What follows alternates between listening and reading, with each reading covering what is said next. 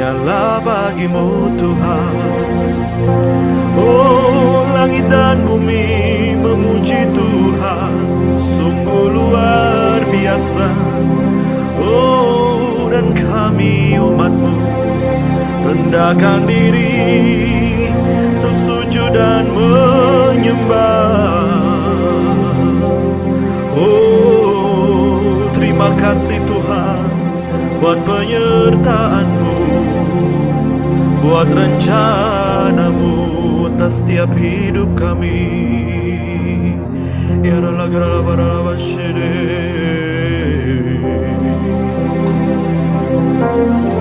jalan-Mu tak terselami oleh setiap hati kami. Namun satu hal yang ku percaya, ada rencana yang indah,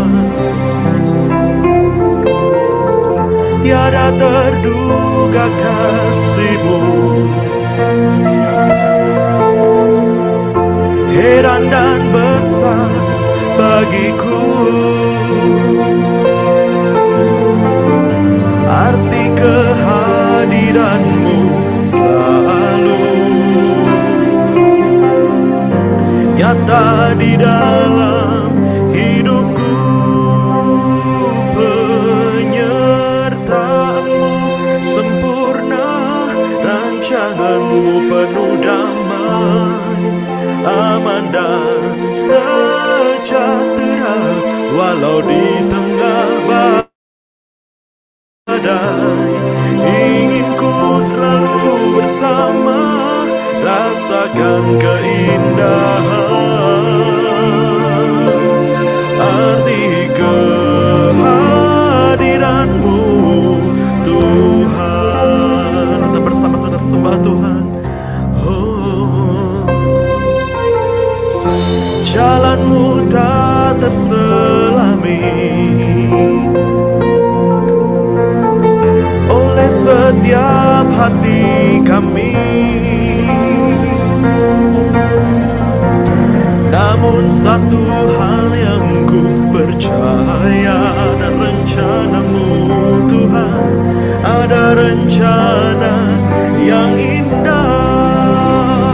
Oh, tiada terduga kasih-Mu. Heran dan besar bagiku arti kehadiran-Mu selalu nyata di dalam hidupku. Penyertaan-Mu sempurna, rancangan-Mu penuh damai, aman dan sejahtera walau di tengah badai. Ingin ku selalu bersama, rasakan keindahan hati kehadiran-Mu Tuhan. Oh, penyertaan-Mu sempurna, rancangan-Mu penuh damai, aman dan sejahtera walau di tengah badai. Ingin ku selalu bersama, rasakan keindahan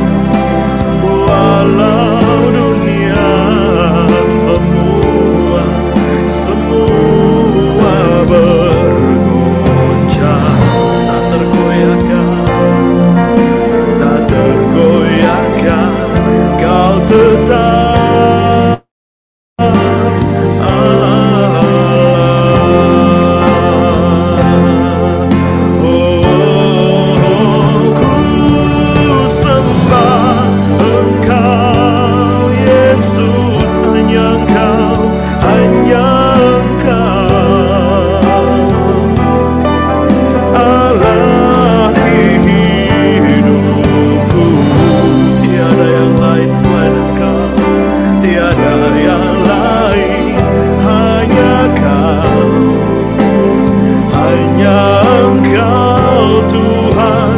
Selamanya Kau tetap Allah, walau dunia semuanya semua bergoncang, tak tergoyahkan, Kau tetap Allah, Kau tetap Allah, Kau tetap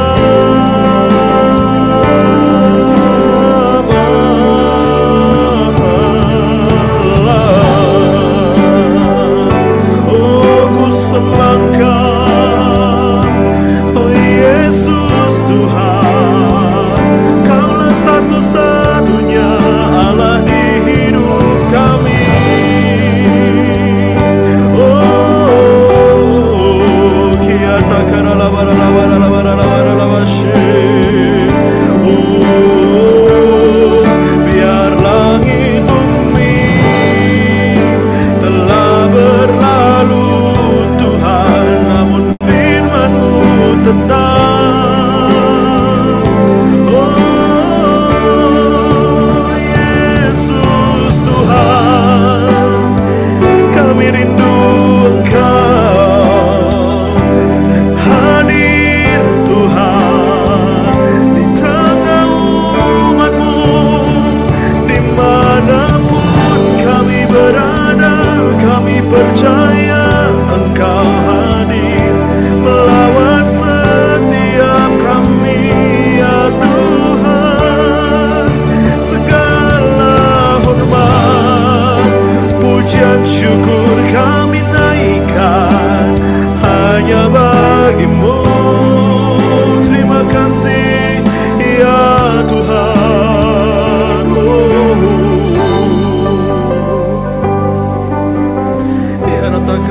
Sungguh baik Kau Tuhan. Segala ucapan syukur kami Tuhan, kami naikkan hanya bagi-Mu. Terima kasih Tuhan. Yesus, Kau sungguh baik. Yesus, nama-Mu indah. Yesus, ku cinta Kau selalu, ku tinggikan, ku agungkan selamanya. Yesus, Yesus, terima kasih Tuhan, Kau sungguh baik. Yesus, nama-Mu indah. Yesus, ku cinta Kau selalu, ku tinggikan, ku agungkan selamanya. Ku mau memuji-Mu, ku selalu puji-Mu. Ku mau menyembah-Mu, ku selalu sembah-Mu. Kau yang layak terima semua pujian, kemuliaan hanya bagi Tuhan. Sungguh baik Kau Tuhan, mari kita puji ini bersama-sama. Yesus, Kau sungguh baik. Yesus, nama-Mu indah. Yesus, ku cinta Kau selalu, ku tinggikan, ku agungkan selamanya. Ku mau memuji-Mu, ku selalu puji-Mu. Ku mau menyembah-Mu, ku selalu sembah-Mu. Kau yang layak terima semua pujian,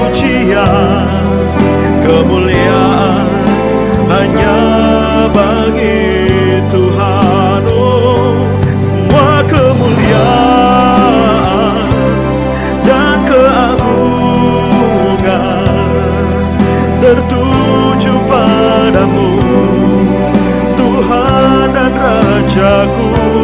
Segenap jiwa dan nafasku menyembah Yesus yang hidup.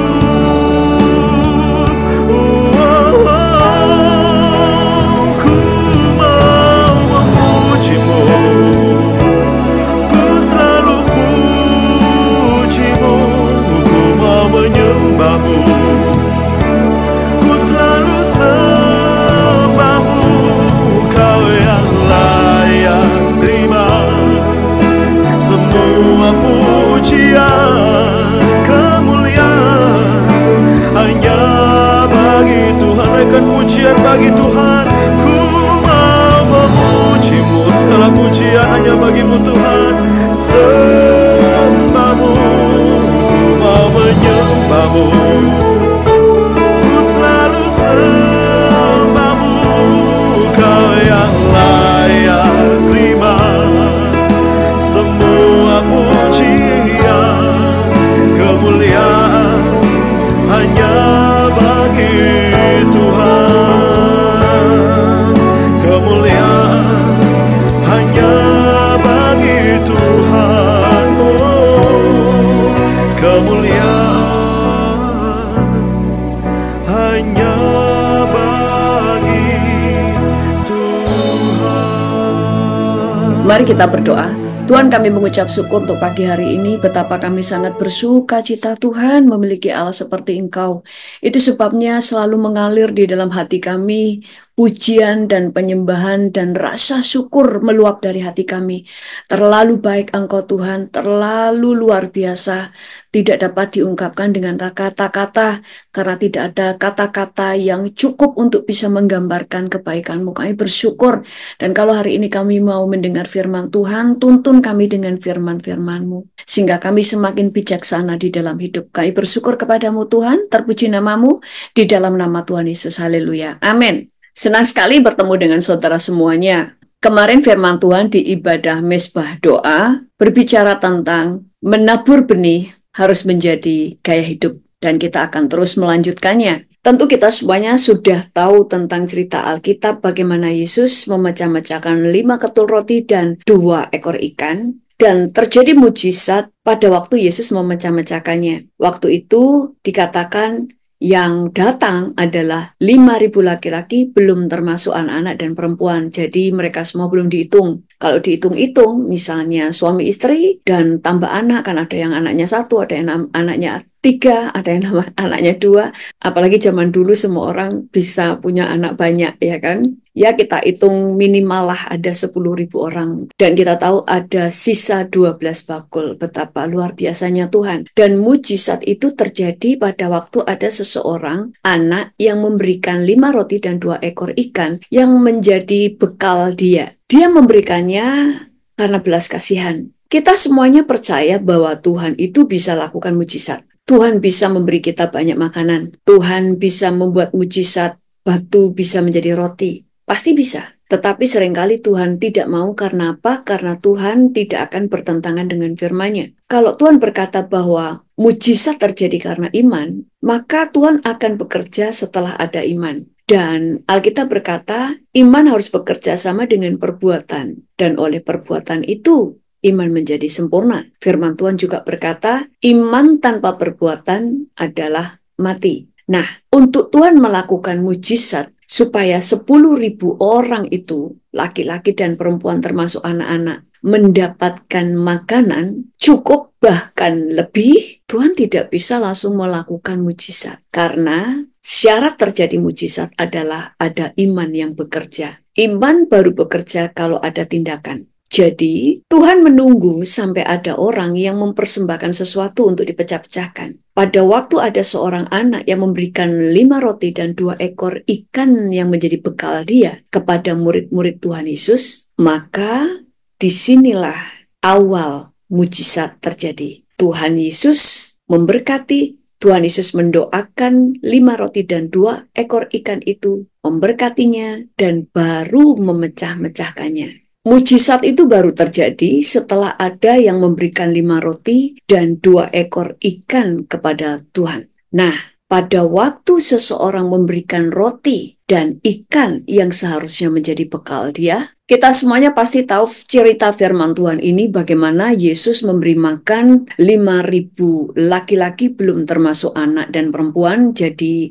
kita minimalkanlah 10, kita minimalkan 10.000 orang. Bisa lebih dari 10.000 kalau ada yang punya anak banyak. Karena zaman itu belum ada KB ya, jadi anak orang. Karena zaman dulu belum ada KB ya, jadi anaknya banyak. Misalnya 10.000 sampai 15.000. Tetapi Tuhan tidak akan bekerja melakukan mujizat dan melanggar firman-Nya. Apa firman-Nya? Tuhan itu mengajar bahwa mujizat itu baru terjadi kalau ada iman. Waktu Yesus menyembuhkan seorang lumpuh yang diangkat oleh 4 orang temannya, di situ firman Tuhan berkata, ketika Yesus melihat iman mereka, waktu Yesus tahu ada iman di hati mereka, maka Yesus tahu mujizat bisa terjadi. Karena Yesus tidak akan melanggar firman-Nya.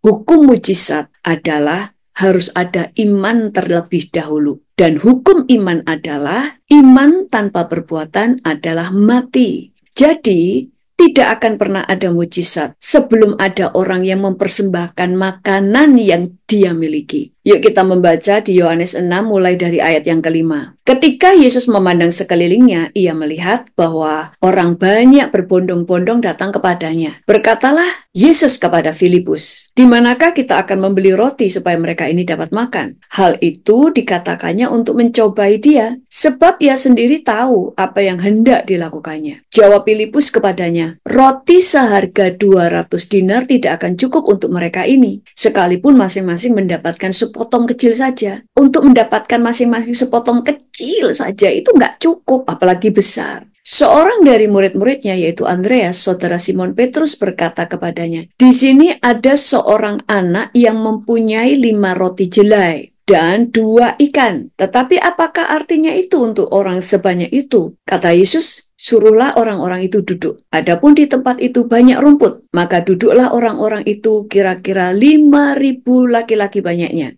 Belum termasuk anak dan perempuan. Lalu Yesus mengambil roti itu, mengucap syukur, dan membagi-bagikannya kepada mereka yang di situ. Demikianlah juga dibuatnya dengan ikan-ikan itu sebanyak yang mereka kehendaki. Dan setelah mereka kenyang, ia berkata kepada murid-muridnya, "Kumpulkanlah potongan-potongan yang lebih supaya tidak ada yang terbuang." Maka mereka pun mengumpulkannya dan mengisi 12 bakul penuh dengan potongan-potongan dari ke-5 roti jelai yang lebih setelah orang makan. Yang terjadi di sini yang pertama, ada seorang anak yang membawa 5 roti dan 2 ekor ikan. Cuma 5 roti, 2 ekor ikan, yang artinya itu adalah bekal dia untuk dia makan. Mungkin dia tahu bahwa Yesus akan berkhotbah berjam-jam, dan kalau tahu Yesus kemudian berjalan ke tempat lain lagi, saya akan ngikut dia terus. Jadi saya akan makan bekalku. Makanya dia membawa 5 roti dan 2 ikan,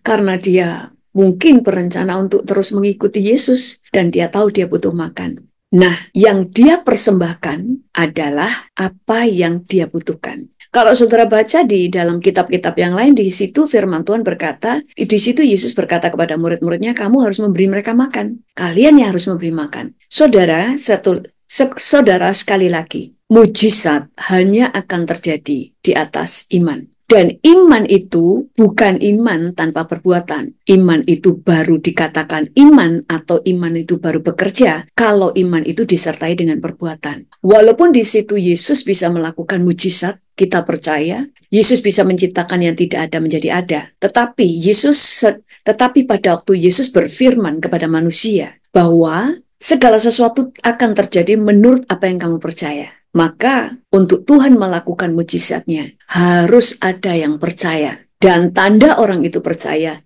dia mau melakukan apa yang Alkitab katakan. Alkitab berkata, siapa murah hati akan beroleh kemurahan. Ada seorang anak yang membawa bekal untuk dirinya, 5 roti dan 2 ekor ikan. Dia berikan itu kepada Tuhan Yesus. Nah, setelah itu Yesus mengangkat roti itu, dan Yesus mengangkat roti dan ikan itu, lalu bersyukur dan memberkati. setelah memberkati, memecah-mecahkannya. Mujizat baru terjadi setelah roti dan ikan dipecah-pecahkan. Dan itu tidak pernah berhenti sampai semua orang kenyang. Berarti mereka semua sudah puas. Makanya tidak dikatakan mereka bungkus-bungkus. Kenapa? Mereka semua sudah kenyang. Sudah nambah-nambah makannya. Dan sisa-sisanya bahkan sampai sisa. Dan sisanya dikumpulkan dan terkumpul 12 bakul. Prinsip dari pelipat gandaan dan mujizat di sini pertama ada iman. Kedua, iman. Kedua, iman baru dikatakan iman atau iman itu baru terbukti kalau ada perbuatan. Yang keempat, roti dan ikan ini terjadi mujizat pelipat gandaan setelah Yesus mengucap syukur dan berdoa. Kenapa? Karena menggerutu adalah mendatangkan kutuk. Kenapa mendatangkan kutuk? Karena dosa itu mendatangkan kutuk. Sementara mengeluh, mengumpat, tidak bersyukur, itu dosa. Itu sebabnya Yesus dikatakan dia mengangkat roti dan ikan itu. Yesus mengucap syukur dan memberkatinya. Dikatakan Yesus mengambil roti, mengucap syukur, lalu membagi-bagikannya. Mengucap syukur membuat apapun yang kita pegang diberkati. Kalau engkau mengucap syukur untuk pernikahanmu, maka pernikahanmu diberkati. Kalau engkau mengucap syukur untuk makanan yang kamu miliki, maka makanan itu diberkati. Kalau kamu mengucap syukur untuk anak-anakmu, maka anak-anakmu akan diberkati. Kalau kamu mengucap syukur untuk rumah yang kamu miliki, maka Tuhan mendatangkan berkat di situ. Nah, kemudian Yesus membagi-bagikan roti dan ikan itu. Mujizat itu tidak terjadi seperti pada waktu Yesus menciptakan alam semesta. Walaupun Tuhan bisa. Kenapa? Karena sejak Tuhan berfirman bahwa segala sesuatu akan terjadi menurut apa yang kamu percaya, maka untuk Tuhan melakukan mujizat untuk hidup kita ya. Kalau Yesus melakukan mujizat untuk alam semesta ya, itu dia bisa lakukan. Tetapi untuk mujizat terjadi atas hidupmu, untuk terjadi atas hidup kita, syaratnya itu harus ada iman. Dan iman itu belum iman kalau cuma sekedar perasaan, tapi perbuatan. Jadi mujizat pelipat gandaan baru terjadi. Yang pertama, karena iman. Kedua, pada waktu engkau melepaskan apa yang menjadi hakmu. Anak ini tentu juga membutuhkan makanan itu. Tetapi dia percaya. Pasti kalau secara manusia dia berpikir 5 roti 2 ikan bagaimana bisa memberi makan banyak orang. Ini nggak berguna. Dimakan untuk 12 murid Yesus saja juga nggak cukup. Tapi dia memberikannya. Ada yang dia serahkan. Itulah iman. Yang kedua, Yesus memberkati roti dan ikan. Memberkati, mengeluh, bersungut-sungut, tidak bersyukur dengan apa yang ada di tanganmu, tidak bersyukur dengan apa yang kamu miliki, tidak bersyukur dengan berkat yang kau terima, akan mendatangkan kutuk. Makanya tidak terjadi pelipat gandaan. Setelah Yesus bersyukur, dia pecah-pecahkan. Jadi ada iman, ada pengucapan syukur, dan memecah-mecahkan. Dan roti itu tidak pernah habis sampai semua orang kenyang. Sampai sisa, berarti sampai udah kenyang, full. Mungkin ada yang sudah kekenyangan, sudah sangat puas. Makanya nggak ada yang punya pikiran bungkus. Atau mungkin karena nggak ada bungkusnya. Atau mereka tidak ada yang bungkus karena memang sudah kenyang, sudah puas. Dan mereka tahu mereka akan kenyang sampai pulang. Yang keempat, kenapa kemudian sisa 12 bakul? Karena murid-murid Yesus pada waktu itu tidak mementingkan diri sendiri. Dia sibuk untuk membagi-bagikan roti. Dia tidak mengutamakan dirinya. Mungkin dia berpikir, aku juga lapar kok. Ya tak makan dulu lah, ya kan? Atau tak sisihkan dulu bungkus, takut kehabisan. Mereka tidak takut kehabisan, mereka tidak memikirkan diri sendiri. Yang mereka tahu bagaimana semua orang menerima makanan mereka. Dan mereka semua kenyang. Kalau saudara ingin diberkati, 1, saudara percaya. Kedua, jangan bersungut-sungut, tapi berkati apapun yang kamu miliki. Ketiga, jangan pernah menyimpan berkat untuk kepentinganmu sendiri, tapi engkau tahu arti membagi. Yang keempat, engkau berbagi karena engkau tidak mementingkan diri sendiri, karena belas kasihan. Makanya tadi ada anak kecil yang memberikan roti dan 2 ikan, itu adalah pengorbanan.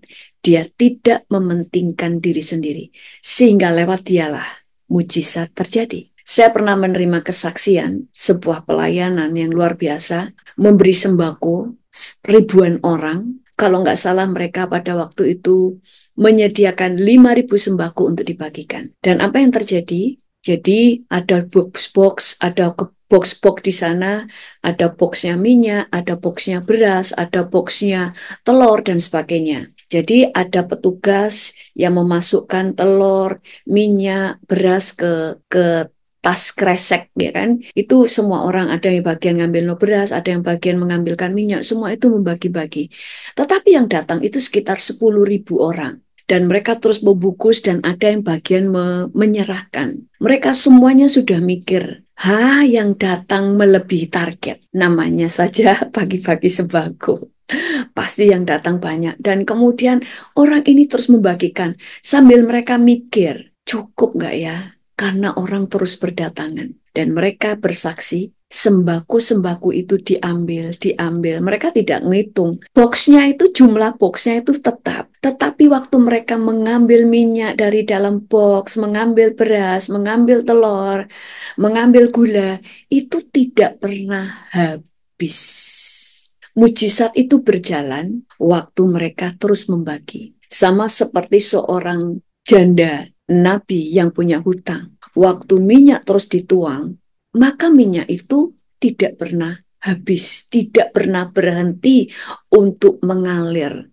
Pada waktu ada wadah-wadah yang mereka siapkan. Tapi pada waktu wadah itu habis, ya habis. Saudara, itulah prinsip berkat. Itu sebabnya jangan pernah hitung-hitungan dengan Tuhan. Dalam hidup kita itu yang penting kita mengerti.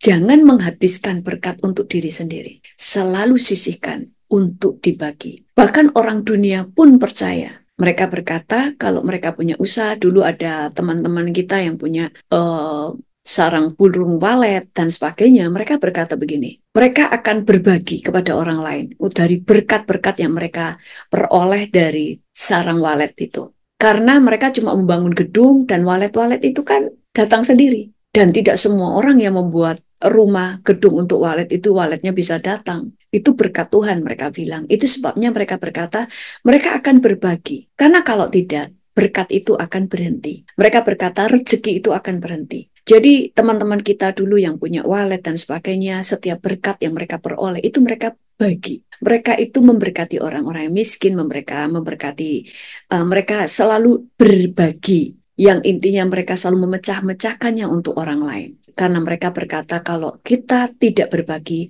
maka rezeki itu akan terhenti. Itu adalah firman Tuhan. Itu sebabnya di dalam kehidupan kita ada 3 macam orang yang tidak bisa diberkati Tuhan. 1 pemalas, yang kedua pelit, yang ketiga tidak bisa mengelola. Sembrono. Jadi dalam kita mau diberkati Tuhan, apa yang kita miliki tidak macet, tetapi terus berlipat kali ganda. Jangan pernah menahan untuk memberkati. Kita harus bisa berbagi kepada orang-orang miskin, anak-anak yang terlantar, untuk memberkati pekerjaan Tuhan, para misionaris, para penginjil, dan sebagainya. Tulis di chat, supaya ingat kalau nulis itu. Orang yang susah diberkati ada 3. Yang pertama, orang malas. Kedua, orang pelit. Yang ketiga, orang yang tidak bisa mengelola berkat Tuhan. Dan tulis juga mujizat pelipat gandaan terjadi karena 1, ada iman, 2, pengucapan syukur, 3, memecah-mecahkan roti atau berbagi berkat. Yang keempat, tidak mementingkan diri sendiri, yaitu mengutamakan orang lain. Murid-murid Yesus pada waktu mengutamakan orang lain untuk berbagi, mereka mendapatkan masing-masing orang 1 bakul. Dan saya percaya anak yang mempersembahkan roti dan ikan itu juga mendapatkan bagian dari 12 bakul itu. Karena semua orang yang tidak mementingkan diri sendiri, dia akan mendapatkan jauh lebih banyak daripada apa yang mereka bagikan. Saudara ingin mendapatkan mujizat pelipat gandaan? Angkat tangan saudara. Katakan, pelipat gandaan terjadi di dalam hidupku. Dan tulis, menggerutu, mengeluh, tidak bisa mengucap syukur, mendatangkan kutuk. Tapi mengucap syukur, mendatangkan mujizat. Mari kita berdoa. Kami mengucap syukur kepadamu Tuhan. Kami tidak mau hitung-hitungan. Kami mau menjadi orang-orang yang mengerti untuk berbagi di dalam setiap hal yang kami terima. Dan kami mengucap syukur bahwa hari ini kami diingatkan untuk tahu mengucap syukur. Kami mau menjadi orang-orang yang tidak mau hitung-hitungan. Kami mau menjadi orang-orang yang dapat berbagi. Walaupun sedikit, tetapi itu kami pecah-pecahkan. Supaya kami tidak menghabiskan semua berkat untuk diri kami sendiri, tetapi ada yang kami pecah-pecahkan. Kami tidak pelit kepada istri, istri tidak pelit kepada suami, orang tua tidak pelit kepada anak-anak, anak-anak tidak pelit kepada orang tuanya, dan keluarga kami tidak pelit kepada orang lain. Kami bersyukur kepadamu Tuhan, dan tolong kami Tuhan, sehingga kami dapat menjadi orang-orang yang bisa mengucap syukur dan tidak mementingkan diri sendiri. Karena kami percaya pada waktu kami tahu bersyukur dan lebih mengutamakan yang lain daripada diri sendiri, tidak egois, maka kami akan dibawa dalam kehidupan yang penuh dengan mujizat. Kami mengucap syukur kepadamu Tuhan, dan saat ini hamba-Mu berdoa untuk semua yang hadir. Engkau memberkati mereka berkelimpahan, biarlah mereka merasakan pada waktu mereka melakukan firman, maka janji di dalam firman-Mu digenapi. Terpuji nama-Mu Tuhan, di dalam nama Tuhan Yesus. Haleluya. Amin. Sampai ketemu lagi besok pagi di ibadah Mezbah Doa jam 6 waktu Indonesia bagian Barat. Jangan lupa subscribe karena akan banyak video-video yang saya akan tayangkan berupa short video atau video-video yang lain di siang hari dan malam hari. Tuhan Yesus memberkati.